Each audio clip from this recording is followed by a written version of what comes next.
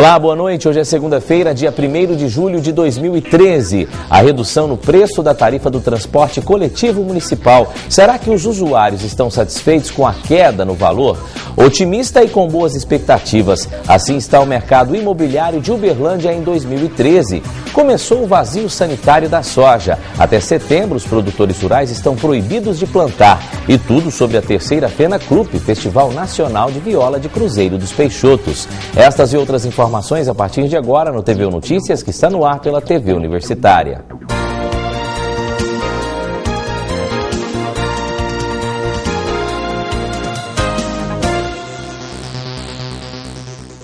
A Prefeitura de Uberlândia reduziu a tarifa do transporte coletivo municipal em 15 centavos. O valor já está em vigor e caiu de R$ 2,85 para R$ 2,70. E a nossa equipe de reportagem foi às ruas da cidade saber se os usuários gostaram na queda do preço.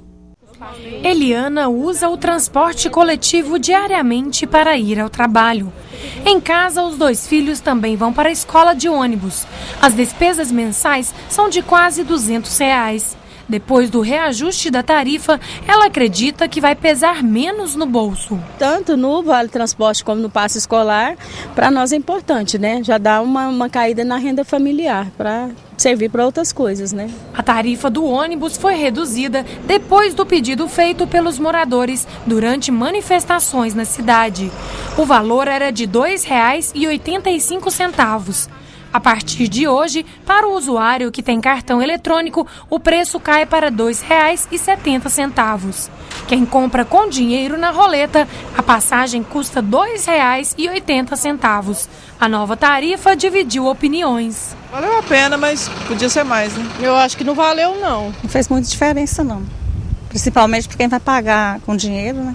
Só 5 centavos. Eu acho que foi muito pouco. Acho que eles deviam abaixar ainda mais, porque 5 centavos para quem paga não está adiantando nada. Você vai fazer as contas no final do mês e praticamente ficou a mesma coisa. Para esta estudante da Universidade Federal de Uberlândia, a conquista dos manifestantes foi favorável. Tenho certeza de que poderia ter sido mais, sabe? Principalmente porque para a gente que é estudante é 15 centavos, mas para o resto da população é 5 centavos, sabe? Então, acho que toda manifestação que tem acontecido merece mais do que isso, mais do que 5 centavos para a população em geral. Este pedreiro gasta R$ 300 por mês com transporte coletivo. Ele aprovou o reajuste, mas ainda achou pouco. A gente que trabalha e precisa do coletivo, do transporte coletivo, está muito caro ainda. Muito caro mesmo, precisa melhorar bastante. Otimista e com boas expectativas, assim está o mercado imobiliário de Uberlândia em 2013. Nos primeiros 3 meses desse ano, por exemplo, o número de financiamentos para imóveis na cidade cresceu 33,24%. Para falar sobre este momento no setor, eu converso agora com Eftimios Panayotis Tsatsakis, que é o presidente do Sindicato da Indústria da Construção Civil. Panayotis, mais uma vez, obrigado, bem-vindo. Quer dizer que, diante de tantas manifestações, esses problemas que acontecem no Brasil, pelo menos o setor da construção civil continua em alta e com perspectivas de fechar o ano de forma positiva. Boa noite. Boa noite, como vai? Nós primeiro agradecemos a sua oportunidade da gente estar com vocês aqui e nós realmente percebemos que essas manifestações legítimas e democráticas do povo brasileiro, elas vão trazer uma melhor condição de respeito ao poder público, respeito ao dinheiro público e todas as outras carências que o país tem. Mas o setor da construção civil, ele representa um segmento que tem sustentado a economia ao longo dos últimos anos. Dos últimos 5 anos, nós temos crescido a uma média de 4%, quer dizer, acima da média nacional. Isso tem trazido um número de empregos muito grande, cresceu-se o número de empregados no setor da construção civil. Hoje nós somos 3.200.000 empregados no setor da construção civil e Uberlândia tem tido um caráter positivo nessa história. Ela cresce mais que Minas e Minas cresce mais que o Brasil. Então nós temos uma oportunidade muito boa de continuar tendo um semestre excelente desse ano. Pois é, mas por que Uberlândia está na ponta dessa cadeia? Por exemplo, o que acontece na cidade que beneficia mais ainda um setor que já está sendo beneficiado nos últimos anos? Nós temos conversado muito sobre isso e, na verdade, o que acontece é que Uberlândia tem algumas características positivas. Vamos falar não só de Uberlândia, mas da nossa região do Triângulo Mineiro Alto Paranaíba. O Triângulo Mineiro Alto Paranaíba é a 7ª regional brasileira da Caixa Econômica Federal em níveis de faturamento para o setor imobiliário. Isso, evidentemente, se deve ao empreendedorismo do setor, das pessoas que trabalham com os imóveis, ao poder municipal que estimula a construção de Minha Casa Minha Vida, a Universidade Federal de Uberlândia, que faz grandes investimentos, agora vai fazer um investimento enorme no campus do Glória. Então, esse positivismo que existe na nossa região faz com que o setor realmente seja mais pujante do que outros setores no cenário nacional. Vamos falar mais um pouquinho sobre essa questão das pessoas procurando cada vez mais imóveis. Até que ponto isso chega? Uberlândia crescendo, as pessoas, como você falou, até o próprio campus do Glória, atraindo mais pessoas para a cidade, mas a demanda realmente é muito grande, porque antigamente você via muitas pessoas morando de aluguel, com dificuldades enormes para comprar uma casa. Hoje é mais fácil, inclusive com a redução na taxa de juros da própria Caixa Econômica Federal, facilitando os financiamentos?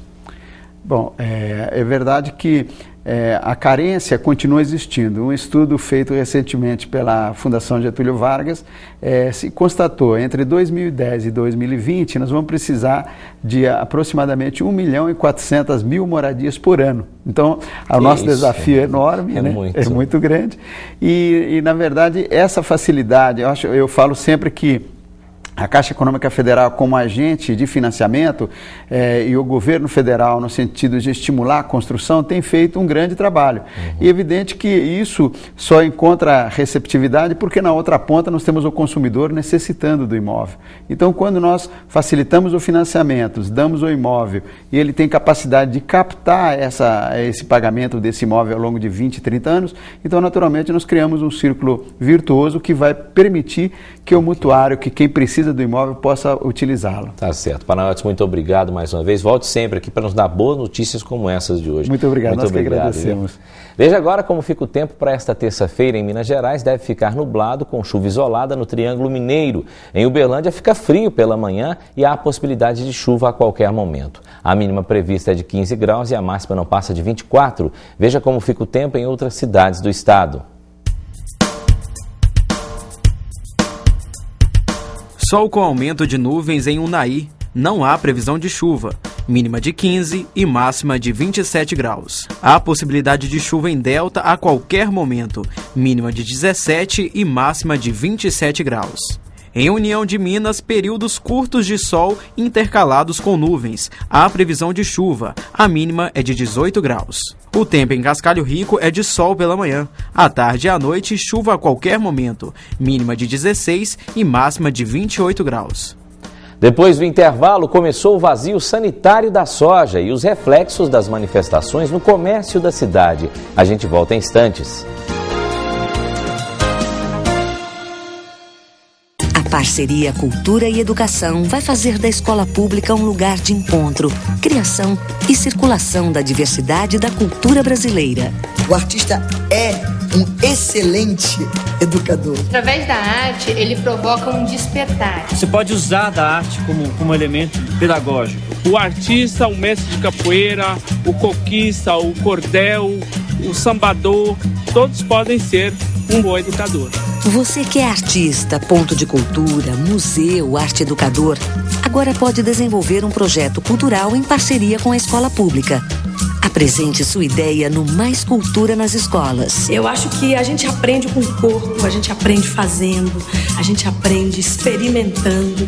E as artes, elas fazem isso. Participe do programa Mais Cultura nas Escolas. Construa seu projeto com uma escola parceira. Acesse o portal do MEC.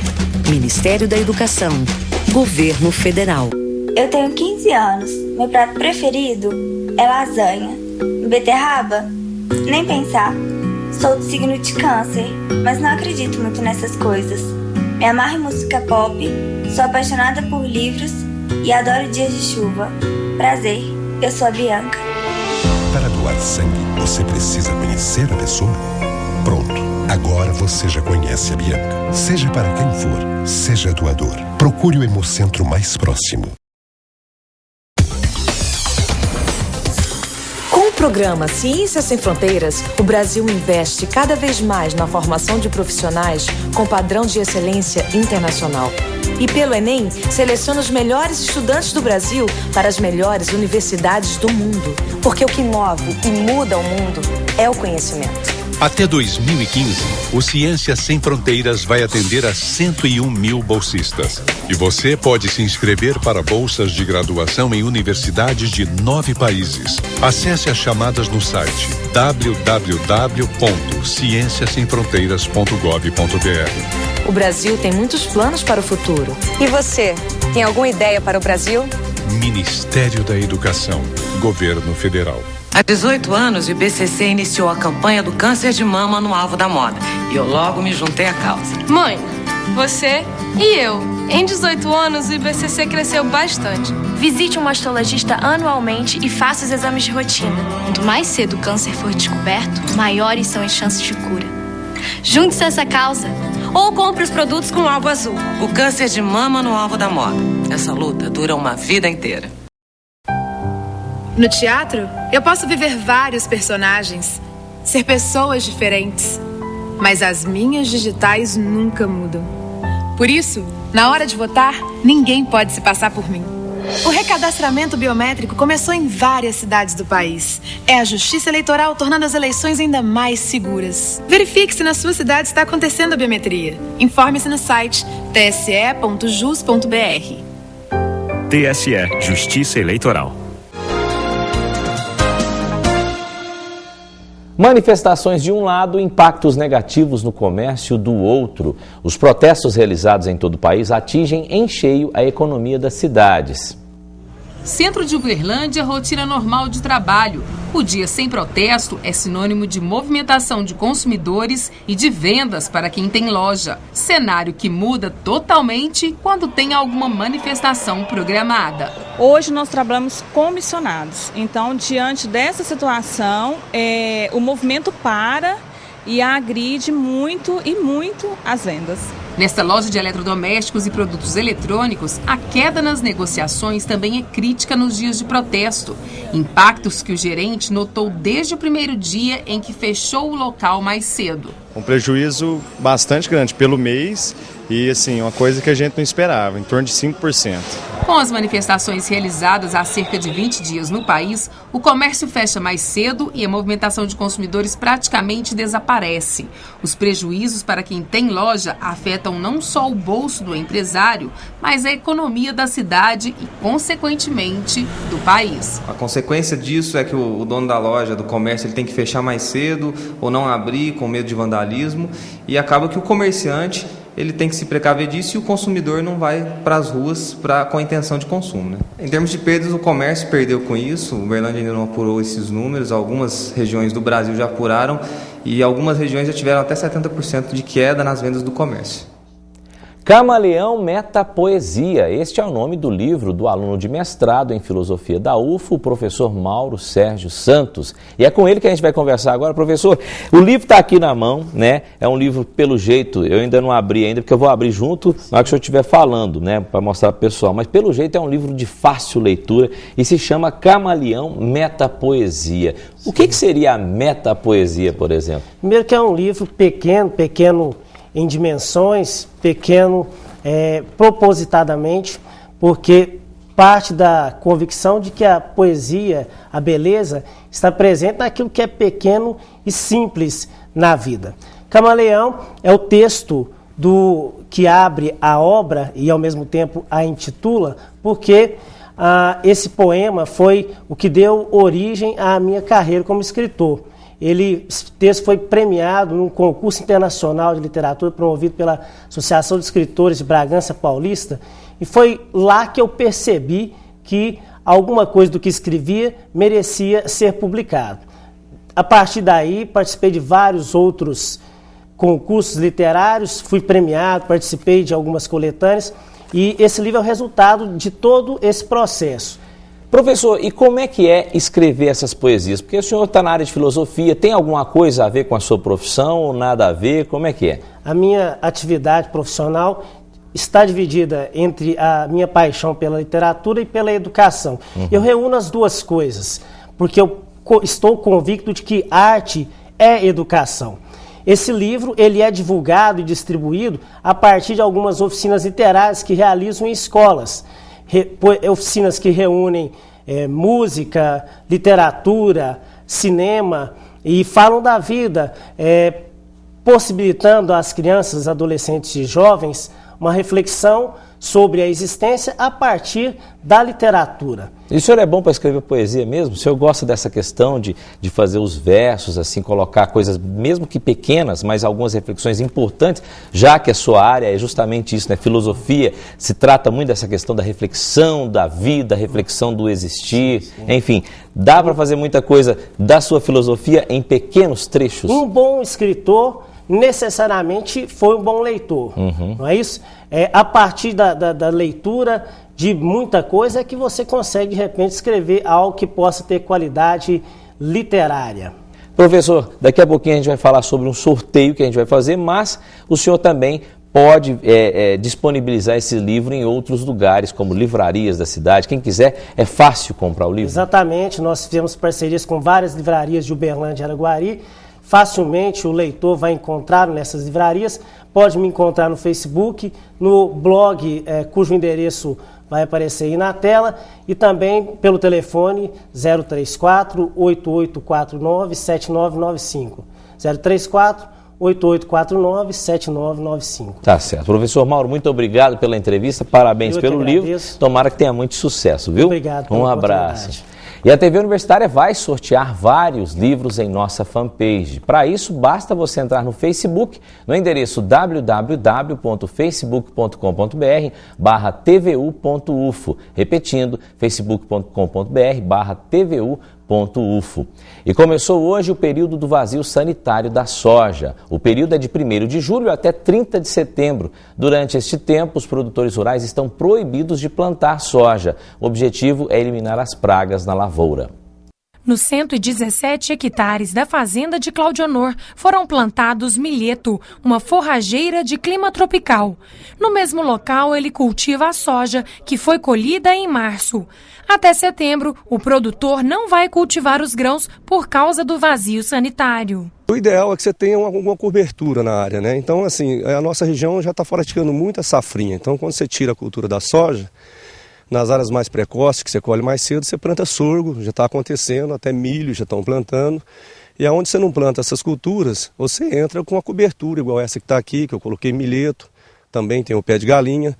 Isso até evita e também entra como um vazio, né? Quando você consegue ter uma cobertura total, a lavoura, a soja não, a tiguera de soja não nasce. Mas quando nasce, você também tem que controlar ela no meio, tem que matar. O vazio sanitário é estabelecido em Minas Gerais pelo IMA, Instituto Mineiro de Agropecuária, desde 2005. A ferrugem asiática da soja é uma doença muito importante, que se não tivesse os controles corretos, causa sérios prejuízos à lavoura. O vazio sanitário foi implantado com o objetivo de retardar o aparecimento da doença, ou seja, se no período agora que de 1º de julho a 30 de setembro não tiver soja, a doença não vai ficar existindo. Agora, se tiver a soja viva na região, ela se instala e quando tiver a próxima plantio, com certeza vai entrar arrasando e destruindo toda a lavoura. De julho a setembro é proibido plantar soja. Nesta fazenda, algumas que apareceram no meio do milheto já foram combatidas. Em Minas Gerais, 20% das propriedades rurais serão fiscalizadas, que são 548 fazendas. Se o proprietário rural não cumprir a determinação legal, ele pode ser multado. O IMA, o que ele faz? Ele visita as propriedades e verifica o cumprimento ou não. Se o produtor, por acaso, não cumpriu, não está cumprindo, ele vai então ser notificado pelo IMA para que num prazo de 10 a 15 dias faça a destruição dessa lavoura. Se ele não fizer a destruição, no retorno após esse prazo, o IMA volta e o produtor então será infracionado. Ele receberá uma multa pelo não atendimento ao vazio, Caso ele ainda persista, essa multa será dobrada. A campanha vai ser divulgada por meio de informativos. Segundo o produtor rural, todos devem cumprir a determinação do IMA para não prejudicar a produção de soja na região. A ferrugem, ela se propaga com o vento, né? Então, se o vizinho meu não fez, não vai adiantar muito eu fazer. Mas eu acho que cada um tem que fazer a sua parte, mas eu acho que está melhorando, o pessoal está conscientizando cada vez mais. E eu acho que a gente vai chegar no ideal logo, logo. E daqui a pouco tem as notícias do esporte e os detalhes do terceiro FENACRUP, o Festival Nacional de Viola de Cruzeiro dos Peixotos. A gente volta em instantes. Quando eu te peço pra tomar cuidado, quando eu te digo que eu tô te esperando, quando eu te imploro pra pensar na gente, eu tô com medo de te perder. Você cruzando cada estado, noite após noite, sem nenhum descanso, eu tô com medo de te perder. Motorista, álcool e drogas podem fazer da sua viagem um caminho sem volta. Ministério das Cidades, Governo Federal. Toda criança alfabetizada até os 8 anos.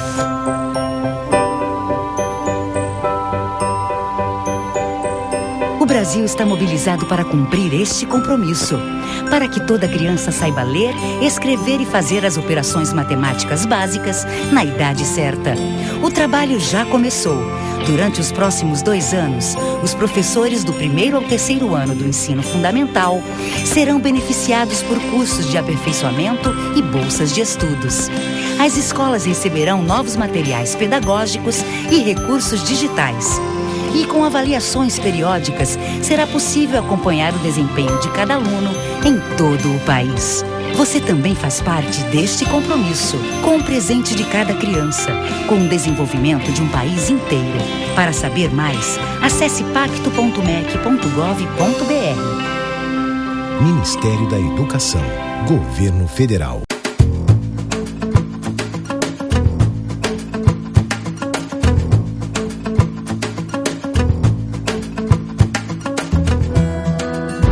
Você acha que com o crack eles estariam se divertindo assim?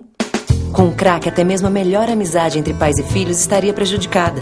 O crack é devastador, tira tudo de melhor da sua vida e influencia todos que estão à sua volta. Pense bem, a vida não é uma droga. Fique longe do crack.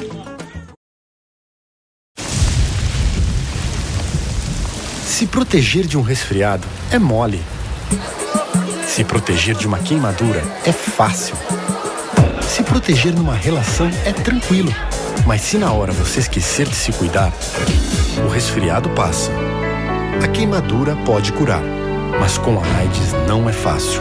Você vai ter que conviver a vida inteira. Proteja-se, use sempre camisinha. A vida é melhor sem AIDS. E agora é hora do TVU Esportes. Quem traz os destaques do fim de semana é Amanda Barbosa. Olá, boa noite. Em Uberaba, as equipes Pré-Mirim e Infanto de vôlei masculino do UTC venceram a etapa regional dos Jogos Escolares de Minas Gerais e garantiram vaga na etapa estadual, que será realizada entre os dias 29 de julho e 3 de agosto na cidade de Passos. O time Pré-Mirim venceu as equipes de Patos de Minas, Ituiutaba, Campo Florido, Monte Carmelo e, na final, enfrentou Campo Florido novamente. Já o Infanto venceu os times de Patrocínio, Patos de Minas, Campo Florido e Arinos na final. Ainda no vôlei masculino, de olho na agenda de jogos superlotada, a equipe adulta do UTC renovou parte do time e treina pesado para as próximas competições. No ginásio do UTC, o time de vôlei joga futebol. É isso mesmo, produção? Praticamente todos os dias a gente joga um futebol, né, para aquecer e tal, dar uma descontraída na equipe. E entre um passe de bola ou outro, alguns atletas descansam, ou melhor, relaxam o corpo, não é mesmo, Rodrigo? Tem toda uma questão periódica, né? Aquecimento, depois vem a parte principal do treino, que os batimentos cardíacos já estão mais fortes, é uma coisa mais intensa, aí depois vem a volta à calma, né? Toda essa irreverência termina com a rotina de treinos pesados dentro de quadra. A descontração é necessária para o time enfrentar a agenda lotada de jogos que tem pela frente. O elenco praticamente renovado com 7 novos atletas mostra disposição para as disputas que começam em julho. Rafael Pará estava na Arábia Saudita. Após 4 temporadas fora do país, voltou para o Brasil cheio de energia, bom humor e estilo. Até ensina como pentear cabelo cacheado durante os jogos. Pegaram no meu pé muito por causa de arrumar o cabelo. Como é que você arruma? Mostra pra gente. Né? Assim, né? Tipo, um pouco, cabelo cacheado, dá uma arrumada. Muito fácil. De acordo com o auxiliar técnico, que também voltou há poucos dias do sul do país, a alegria e as brincadeiras fazem parte dos treinos, que têm o objetivo de entrosar e estimular com exercícios físicos o melhor de cada jogador. Realmente é uma agenda cheia, nós temos os Jogos Mineiros, depois já temos os Jogos Universitários aqui em Uberlândia, inclusive aqui no ginásio do TC, então a equipe está sendo muito bem preparada para essas competições.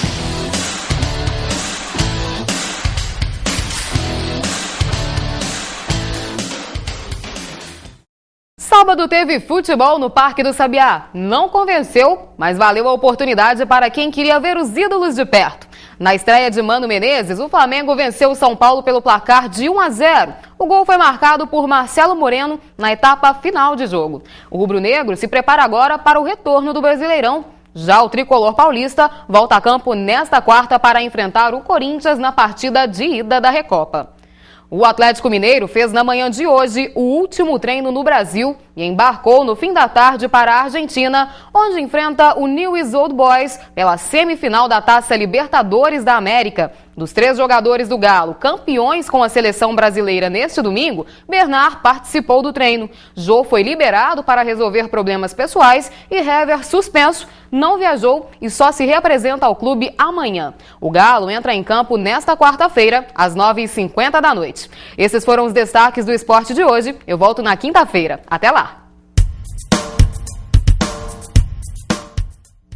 Muito obrigado, Amanda. E terminou este fim de semana a terceira Fena Krupp, que é o Festival Nacional de Viola de Cruzeiro dos Peixotos. O evento reuniu músicos de várias partes do país e atraiu centenas de pessoas no distrito de Uberlândia.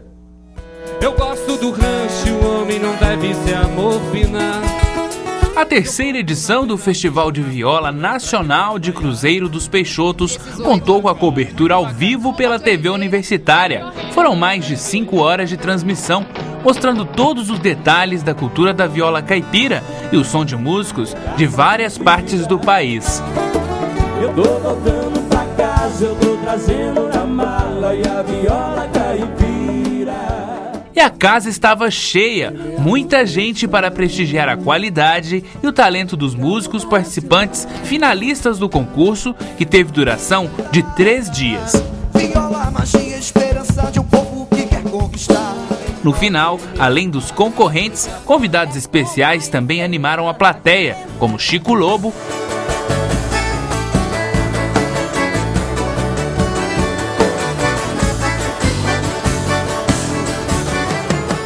e Lucas Reis e Tássio. Ali mora uma velhinha, chorando um filho seu. Essa velha é minha mãe e o seu filho sou eu.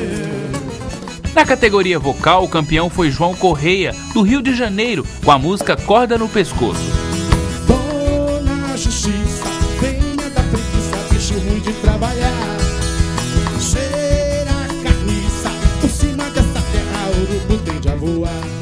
E na instrumental, Aparício Ribeiro de Taguatinga, Distrito Federal, com a composição Trilhas de Minas.